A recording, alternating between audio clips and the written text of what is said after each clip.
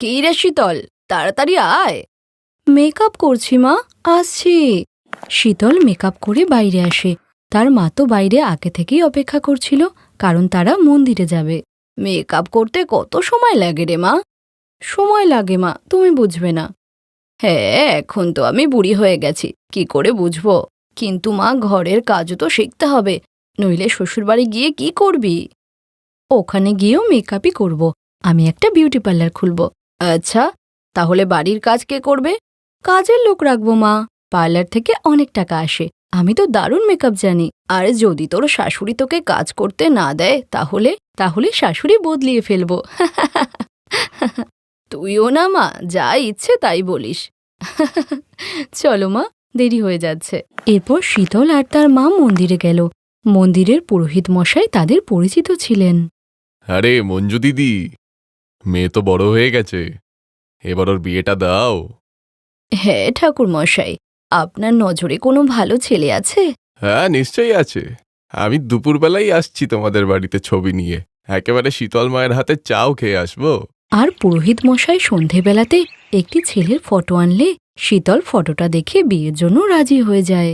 মুকুন্দ নামের এই ছেলেটি একটি মুদিখানার দোকান চালাতো। আর 1 মাস পরেই শীতলের বিয়ে হয়ে যায়। অন্য মেয়েদের মতো শীতলের মনেও তার শ্বশুরবাড়ি নিয়ে অনেক স্বপ্ন ছিল, কিন্তু শীতলের এই স্বপ্নটা তো ভাঙতে বসেছিল, কারণ শীতলের শাশুড়ি বিমলা খুবই বাজে মহিলা ছিল।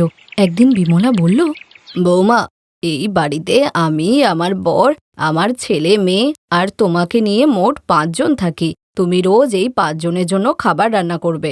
রান্না? কিন্তু আমি তো রান্না করতে পারি না। কি? রান্না করতে পারো না? পণ্ডিত মশাই তো বললেন তুমি খুবই সংস্কারী মেয়ে। হ্যাঁ মা, আমি তো সংস্কারী মেয়ে। কেন, সংস্কারী মেয়েদের বুঝি রান্না করতেই হয়?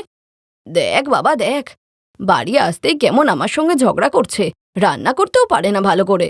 পুরোহিত মশাই বলেছিলেন বলেই আমরা বেশি খোঁজখবর না নিয়ে বিয়ে দিয়ে দিয়েছি। কিন্তু আমাদের সঙ্গে অন্যায় হয়েছে রে বাবা, আমাদের সঙ্গে অন্যায় হয়েছে, বুঝতে পারছিস তুই? আরে এটা তো অদ্ভুত ব্যাপার। আমি রান্না করতে পারি না ঠিকই, কিন্তু অন্য কাজ পারি। শীতলে শ্বশুরমশাই বললেন, তবে তুমি কি কাজ পারো বৌমা? আমি বিউটি পার্লারের কাজ জানি। মেকআপ করতে আমার খুব ভালো লাগে। আমি তো একটা বিউটি পার্লার খুলতেও চাই। কি? বিউটি পার্লার খুলবে? হায় হায় ভগবান, এ আমি কেমন বৌমা আনলাম! ও বাইরে কাজ করতে যাবে বলছে। এরপর শীতল বুঝতেই পারছিল যে এই বাড়িতে তার স্বপ্ন পূরণ সম্ভব নয়। সন্ধ্যাবেলাতে সে যখন রান্না করছিল, তখন তার ননদ পল্লবী সেখানে এসে বলে, বৌদি দাও, আমি তোমাকে সাহায্য করে দিই। তোমাকে অনেক ধন্যবাদ বোন, আমি তো পারছিলামই না এটা করতে। আর তুমি শুধু মাকে কিছু বলো না, শুনলে আমার উপর রাগ করবে খুব। পল্লবী, একটা কথা বলো তো, আমার পার্লারের কাজ করার কথা শুনে সবাই এমন রেগে গেল কেন? ওরা সবাই পুরনো চিন্তাধারার মানুষ বৌদি, তুমি আমি মডার্ন, আমাদের সঙ্গে ওদের চিন্তাধারা মিলবেও না। জানো বৌদি, আমারও বিউটি পার্লার খোলার খুব শখ, কিন্তু ভালো করে মেকআপ জানি না। আরে বাহ, তুমি কোনো চিন্তা করো না, আমি তোমাকে সব শিখিয়ে দেব। তারপর দুজনে মিলে বিউটি পার্লার খুলব। এক দরজা দিয়ে কুৎসিত মেয়েদের ঢোকাবো, আর অন্য দরজা দিয়ে তাদের সুন্দরী করে বাড়ি পাঠাবো। এরপর পল্লবী চুপি চুপি শীতলের কাছে মেকআপ শিখত। আর পল্লবী কলেজ যাওয়াতে তার অনেক পরিচিতও ছিল। একদিন পল্লবী শীতলকে বলল, বৌদি, একটা বিয়ের কাজ আছে, করবে? ভালো টাকা পাবে কিন্তু। হ্যাঁ, কেন নয়, বাড়িতে কিছু একটা মিথ্যে বলতে হবে। বাড়িতে মিথ্যে কথা বলে পল্লবী আর শীতল বিয়ে বাড়িতে মেকআপ করাতে গিয়ে অনেক টাকা পায়। আর শীতলের কাজ পছন্দ হওয়াতে তারা শীতলকে এক্সট্রা টাকাও দেয়। কিছুদিনের মধ্যেই আমি বিউটি পার্লার খুলব, সবাই আসবে কিন্তু। আর এইভাবেই শীতল চুপি চুপি বিয়ে বাড়িতে মেকআপ আর্টিস্টের কাজ করে অনেক টাকা জমিয়ে একটা পার্লার কিনেও ফেলে। এখন তো শুধু জিনিসপত্র কিনে পার্লারের কাজ শুরু করার অপেক্ষা ছিল। কিন্তু তখনই এই খবরটা বিমলার কানে গেলে, তুমি বিউটি পার্লার খুলেছ? আমাদের বাড়ির বউ হয়ে তুমি বাইরে কাজ করবে? হ্যাঁ, সাহস কি? আমি তোকে বারবার বারণ করেছিলাম না, বজ্জাত মেয়ে, দাঁড়া। এই বলে মুকুন্দ শীতলকে একটা জোরে থাপ্পড় মারলে শীতলের মাথা দেওয়ালে আঘাত লাগে আর তার মৃত্যু হয়। আরে বাবা, তুই এটা কি করলি? ওকে মেরে ফেললি কেন? আমি তো শুধু থাপ্পড় মারছিলাম, বাট এটা কি হয়ে গেল? বডিটা তাড়াতাড়ি লুকো, নইলে গড়বড় হয়ে যাবে সব। এই বলে 3 জন পার্লারের নিচে জমি খুঁড়ে শীতলকে পুঁতে দেয়। আর পল্লবী বাড়ি এসে তার বৌদির খোঁজ করলে বিমলা বলে, ও পালিয়েছে, আজকের পর থেকে ওর নাম নিবি না তুই। আর পরের দিন হঠাৎ করেই মুকুন্দর দোকানে আগুন লেগে গিয়ে একমাত্র ইনকামের উপায়টাও বন্ধ হয়ে যায়। আর খিদের জ্বালায় মানুষ কি না করে। আর ক্ষুধার্ত অবস্থায় বিমলার সেই বিউটি পার্লারের কথা মনে পড়লে, পল্লবী, তুই তো একটু আড্ডুক মেকআপের কাজ জানিস, তুই গিয়ে পার্লারটা খোল যা। কিন্তু মা, আমি তো ভালো করে জানি না এসব।